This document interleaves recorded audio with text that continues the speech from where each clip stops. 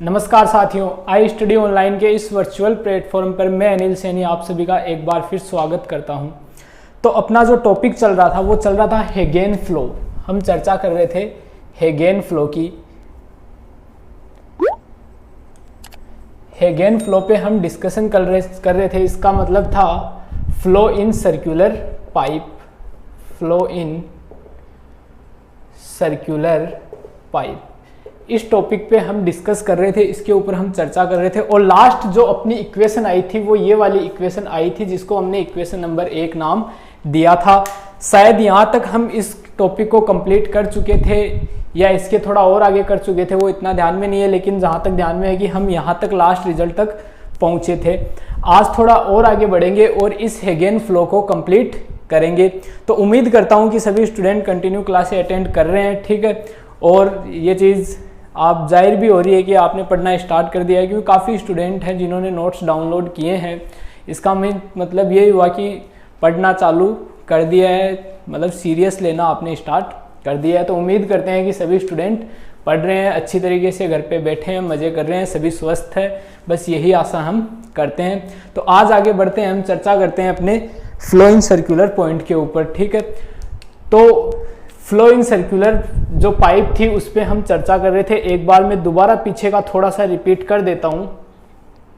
ये हमने एक सर्कुलर पाइप ली थी, ठीक है। सर्कुलर पाइप मतलब ये एक सिलेंड्रिकल फॉर्म में हमें कोऑर्डिनेट लेकर चलना था। जो फ्लो का डायरेक्शन था वो जेड डायरेक्शन में था। क्लियर है सभी स्टूडेंट को? जो फ्लो का डायरेक्शन था वो किस डायरेक्शन में था? जेड डायरेक्शन में था। यहाँ तक क्लियर था सभी स्टूडेंट को?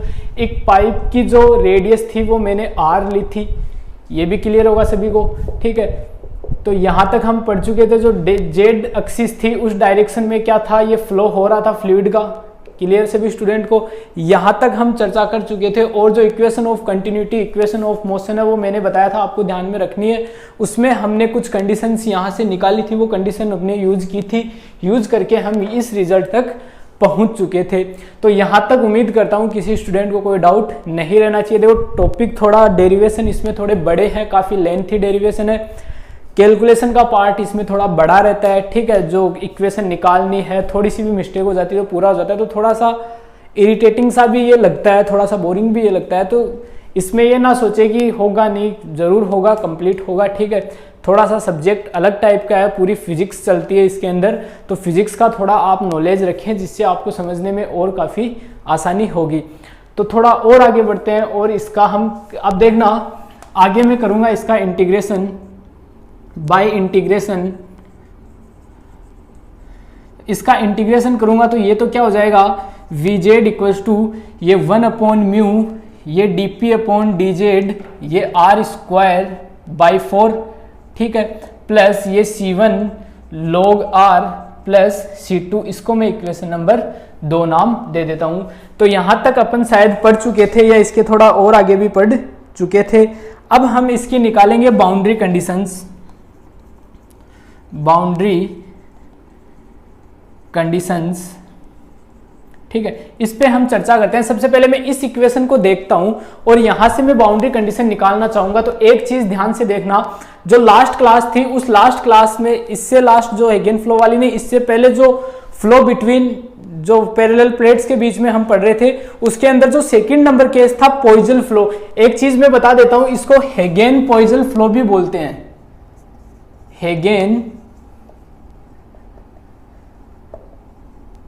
हेगेन पॉइजन फ्लो भी इसको बोलते हैं। यानी कि जो सेकंड वाला केस था उसमें क्या था, अपन ने जो प्लेट जो एक्सिस थी वो मिडिल में ली थी। सिमिलरली यही केस इसमें रहता है कि जो एक्सिस है वो अपन मिडिल में लेके चल रहे हैं। क्लियर है सभी स्टूडेंट को यहां तक? अब मैं इसकी बाउंड्री कंडीशन निकालना चाहूंगा। तो boundary condition at the axis के ऊपर r का मान क्या होगा साहब, 0 होगा।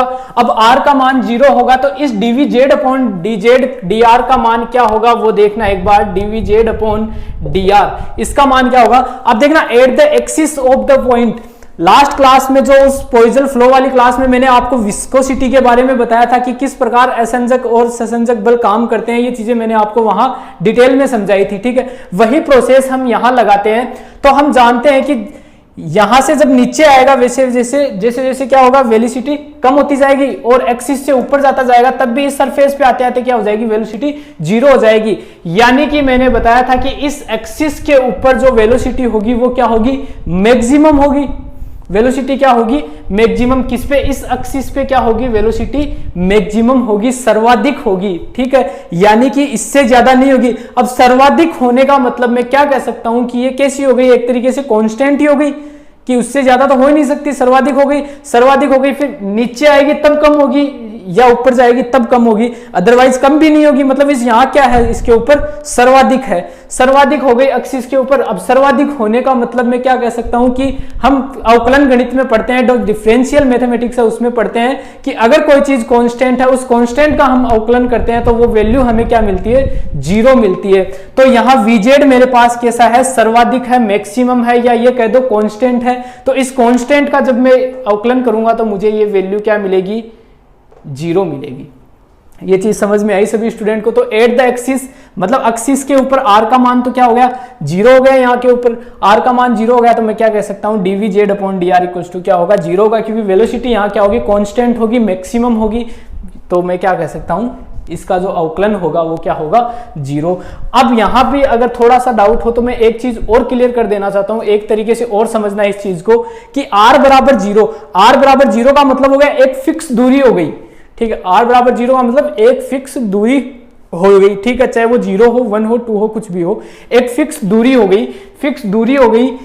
तो इसका क्या है, इस दूरी के रिस्पेक्ट में ही तो क्या किया हुआ है, अवकलन किया हुआ, फिक्स हो गई। वहां एक फिक्स पॉइंट है, फिक्स पॉइंट पे मतलब ये दूरी पे तो डिपेंड कर ही नहीं रहा, दूरी पे डिपेंड नहीं कर रहा, मतलब क्योंकि दूरी तो फिक्स कर दी इसने, दूरी फिक्स कर दी, मतलब ये दूरी पे तो डिपेंड कर ही नहीं रहा, दूरी पे डिपेंड नहीं कर रहा, तो इसका अवकलन सीधा क्या हो गया, जीरो हो गया। अब आप इसको दो तरीके मैंने बता दिए, किसी भी तरीके से आप ध्यान में रख सकते हो कि ये जीरो क्यों हुआ, जब एक्सिस पे ये जीरो क्यों हुआ।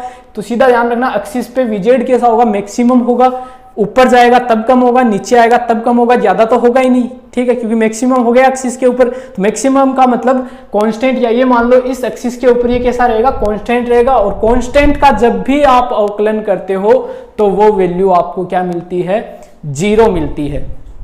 तो ये चीज क्लियर हो गई। तो यहां तक इसका मान क्या हो गया, जीरो। अब नियर द सरफेस या at the surface, at the surface, surface के ऊपर मैं निकालना चाहूंगा तो आर बराबर तो क्या हो जाएगा साहब, कैपिटल आर। ठीक है, यहां निकाल रहा हूं सरफेस पे, तो ये आर बराबर तो क्या हो जाएगा, कैपिटल आर, और Vz बराबर क्या हो जाएगा साहब, जीरो।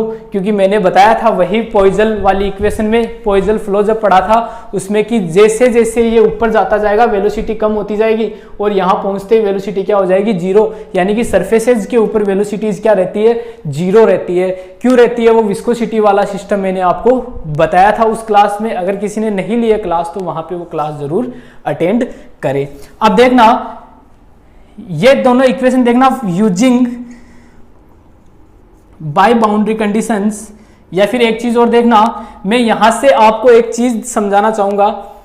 यहां से जब मैं ये बाउंड्री कंडीशन में इस इक्वेशन में यूज करता हूं, और ये वाली बाउंड्री कंडीशन भी जब मैं इस इक्वेशन में यूज करता हूं, r बराबर जीरो, तो r बराबर जीरो में यहां यूज करता हूं तो ये टर्म क्या बनती है, इन्फिनिटिव बनती है। क्या बनती है, अनंत बनती है, जो कि नहीं बनना चाहिए, क्योंकि इसके अस्तित्व के लिए क्या होना चाहिए, ये C1 जीरो होना चाहिए। ठीक है, C1 जीरो होना ही चाहिए, तभी क्या होगा, इसका अस्तित्व होगा, अदरवाइज इन इक्वेशंस का अस्तित्व ही नहीं होगा। तो मैं यहां लिख दूंगा फॉर द एक्सिस्टेंस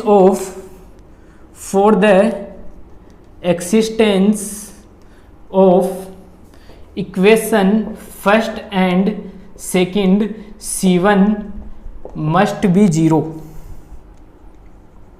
ठीक है, C1 मस्ट बी जीरो, मतलब इन इक्वेशन फर्स्ट और सेकंड का अस्तित्व होने के लिए C1 को क्या होना होगा, जीरो होना ही होगा, तभी इसका अस्तित्व होगा, अदरवाइज नहीं होगा। क्लियर सभी स्टूडेंट को। तो अब मैं क्या करूंगा, इसमें बाउंड्री कंडीशंस यूज में लूंगा, तो बाउंड्री कंडीशंस में लगा दूंगा। अब यहां से C1 तो जीरो मिल गया मुझे, ठीक है, C1 तो क्या मिल गया, तो दैट इज हम क्या कह सकते हैं, C1 तो क्या होगा मेरे पास, जीरो होगा। अब मैं इस C2 के लिए लगाऊंगा यूजिंग सेकंड वाली बाउंड्री कंडीशन लूंगा, using boundary condition in equation two में मैं बाउंड्री कंडीशन यूज में लूंगा तो देखना Vz equals to 1 upon mu, ये R बराबर क्या होगा कैपिटल R, तो dp upon dz capital R square upon 4, ये C1 जीरो हो गया तो इसको जीरो कर दो, प्लस C2 और Vz भी क्या है इसके लिए जीरो, तो यहां भी क्या हो गया जीरो हो गया। तो C2 की वैल्यू आपको मुझे यहां से मिलेगी C2 इक्वल्स टू माइनस का 1 upon 4 mu dp upon dz into R square, ये मिलेगी मुझे C2 की वैल्यू। अब इन C1 और C2 की वैल्यू में कहां यूज करूंगा, इस इक्वेशन फर्स्ट में यूज करूंगा। Then using value of C1 and C2 in equation second, तो इस इक्वेशन सेकंड में ये वैल्यू यूज कर देता हूं, तो Vz equals to 1 upon mu dp upon dr R square, ये 4 यहां ले लेता हूं, प्लस C1 वाली टर्म जीरो, प्लस C2 के लिए देखना C2 का मान मेरे पास है वो रख देता हूं minus 1 upon 4 mu dp upon dz और कैपिटल R स्क्वायर। क्लियर सभी स्टूडेंट को। यहां से मैं एक टर्म कॉमन ले रहा हूं Vz इक्वल्स टू मैं माइनस का 1 upon 4 mu dp upon dz R square में इसमें से कॉमन ले लेता हूं तो मेरे पास बचेगा ये माइनस की हो जाएगी, ये प्लस का हो जाएगा और कैपिटल R स्क्वायर बाहर चला गया तो 1 माइनस यहाँ स्मॉल r स्क्वायर बचेगा, यहाँ बट्टे में कैपिटल R स्क्वायर बचेगा।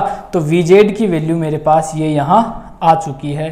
क्लियर सभी स्टूडेंट को। इसको मैं कहाँ तक आ गई, इक्वेशन अपनी 2 तक ली थी, इसको मैं इक्वेशन नंबर 3 नाम दे दूंगा। यहाँ तक क्लियर हुआ डेरिवेशन, तो यहाँ तक किसी प्रकार का कोई डाउट नहीं रहना चाहिए। अब थोड़ा और आगे बढ़ते हैं। अब मैं ये देखना चाहूंगा मैक्सिमम वेलोसिटी कब होगी। ये तो एक वेलोसिटी आ गई, मैं क्या निकालना चाहूंगा, मैं मैक्सिमम वेलोसिटी निकालना चाहूंगा। तो मैक्सिमम वेलोसिटी भी निकाल लेते हैं एक बार।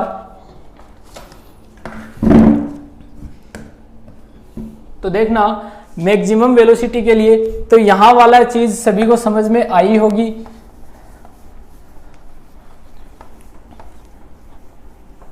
अब देखना मैक्सिमम वेलोसिटी कहां होगी, इस सरफेस के ऊपर, सॉरी इस एक्सिस के ऊपर होगी मैक्सिमम। मैंने बताया था मैक्सिमम वैल्यू कहां होगी, इस एक्सिस के ऊपर। इस एक्सिस के ऊपर r का मान क्या है, 0 है। तो देखना एट द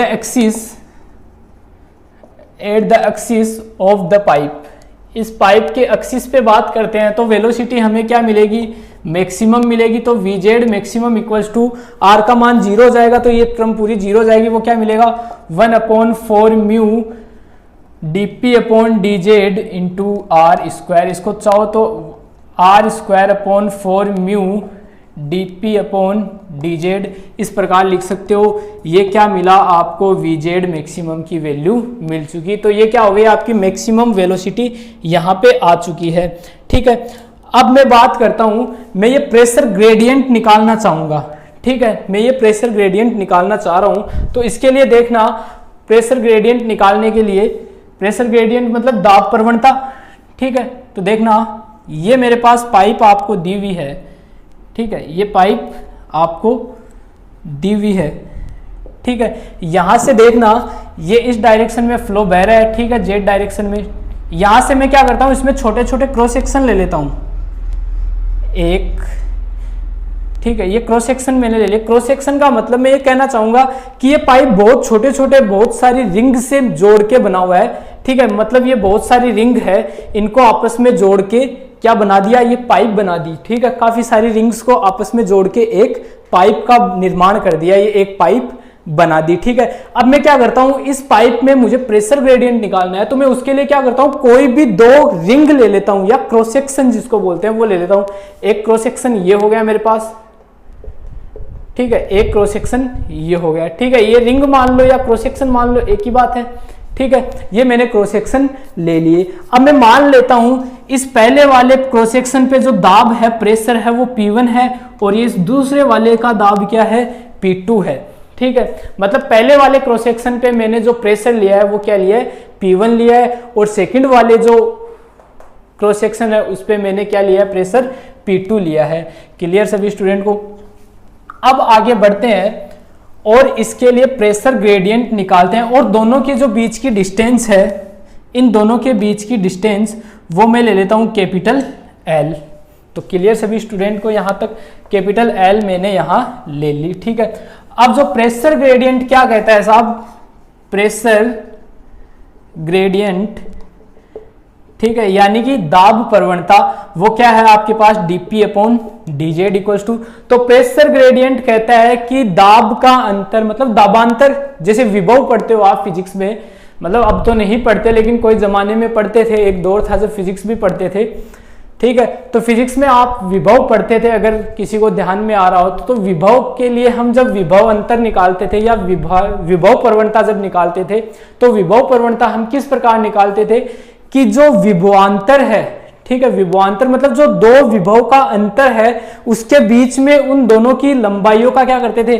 भाग देते थे, या दोनों के बीच की जो दूरी है उसका भाग देकर हम क्या निकालते थे? विभवांतर निकालते थे। तो चाहे प्रवणता आप कैसे भी निकालो, ठीक है, किसी भी चीज की आप प्रवणता निकालने के लिए क्या करते हैं? यही काम करते हैं कि दोनों के बीच का अंतर, ठीक है, विभव हो तो विभवांतर, दाब हो तो दाबांतर, और उसमें बीच में दोनों के बीच की डिस्टेंस का क्या देते हैं?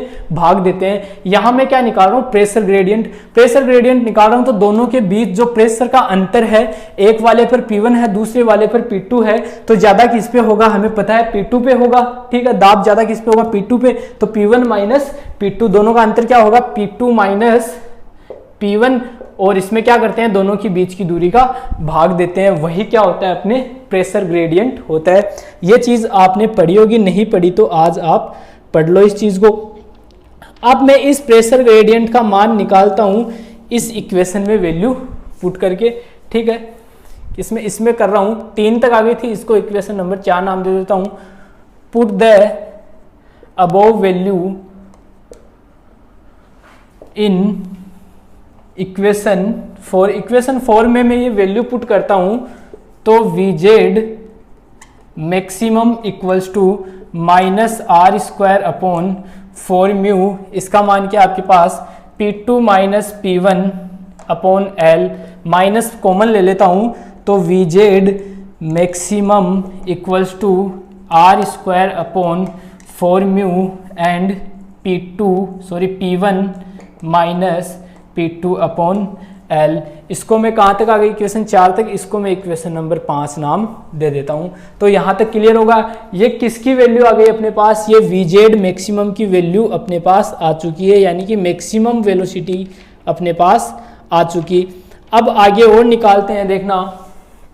अब मैं दोनों का रेशियो निकाल लेता हूँ, वो भी देख लो एक बार,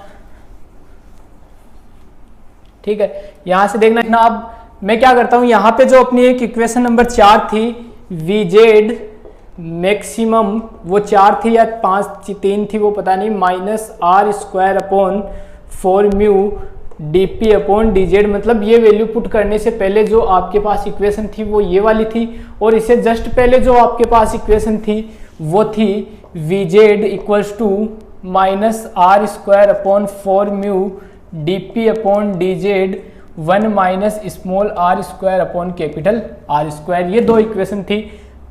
मैं इन दोनों वेलोसिटीज का रेशियो निकालना चाहूंगा, तो ये इक्वेशन 3 थी, तो ये इक्वेशन नंबर 4। तो देखना, बाई इक्वेशन 3 अपॉन 4 दोनों को डिवाइड कर दो तो Vz upon Vz maximum equals to minus R square upon 4 mu dp upon dz 1 minus R square upon capital R square upon minus R square upon 4 mu dp upon dz, ये term cancel, तो Vz upon Vz maximum equals to आपको मिल गया 1 minus R square upon capital R square. ये क्या होगी? आपकी final value होगी। अब थोड़ा और आगे बढ़ते हैं, और आगे बढ़ के अब अपन निकालेंगे इसमें एवरेज वेलोसिटी इस क्रॉस सेक्शन के ऊपर, ठीक है। एवरेज वेलोसिटी हम निकालेंगे क्रॉस सेक्शन के ऊपर। तो देखना, ये हटा रहा हूँ अब मैं यहाँ से इसको। अब इसका नेक्स्ट जो फाइनल पार्ट आता है उसके भी ऊपर चर्चा कर लेते हैं।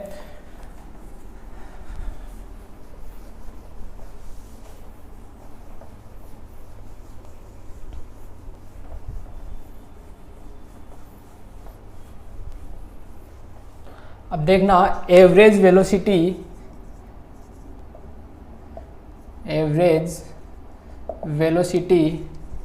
और ए क्रॉस सेक्शन। ठीक है, क्या करना है, क्रॉस सेक्शन के ऊपर आपको एवरेज वेलोसिटी निकालनी है। तो इसके लिए एक चीज देखना, आप कोई भी एक क्रॉस सेक्शन उठा लो।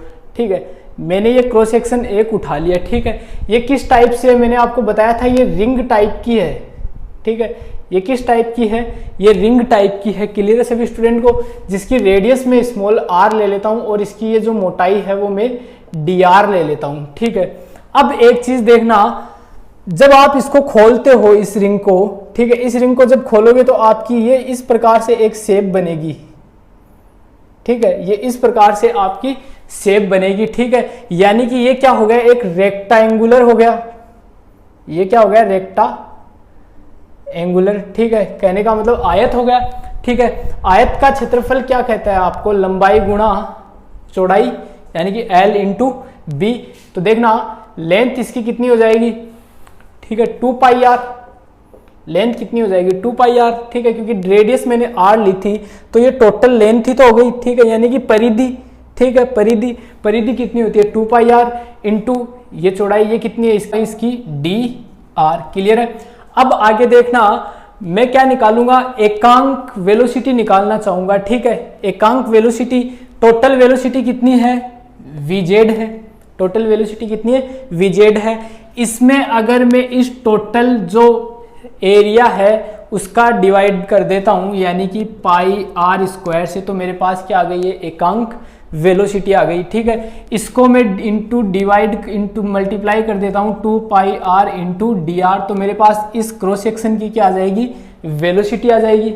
ठीक है, इस क्रॉस सेक्शन की क्या आ जाएगी मेरे पास, वेलोसिटी। ये वेलोसिटी किसकी है, इस क्रॉस सेक्शन की वेलोसिटी है। क्लियर सभी स्टूडेंट को, मैंने क्या निकाला, एकांक वेलोसिटी। टोटल में मैंने इसके पूरे का जो रिंग है, सॉरी जो पूरी पाइप है उसके एरिया का मैंने भाग दे दिया।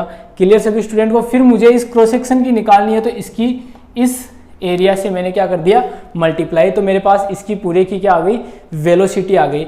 अब मुझे इस पूरे की पूरी पाइप की एवरेज निकालनी है, जो कहां से कहां तक है, 0 से R तक है। तो क्लियर सभी स्टूडेंट को, यहां तक कोई डाउट नहीं रहना चाहिए। यही क्या होगी, इसकी average velocity over A cross section.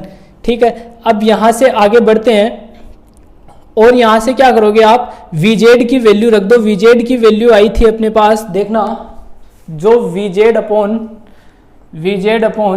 Vz maximum equals to अपने पास आया था 1 minus R square upon capital R square. तो Vz equals to Vz maximum 1 minus R square upon capital R square. ये Vz की वैल्यू मेरे पास आई थी, यहां से पाई कैंसिल।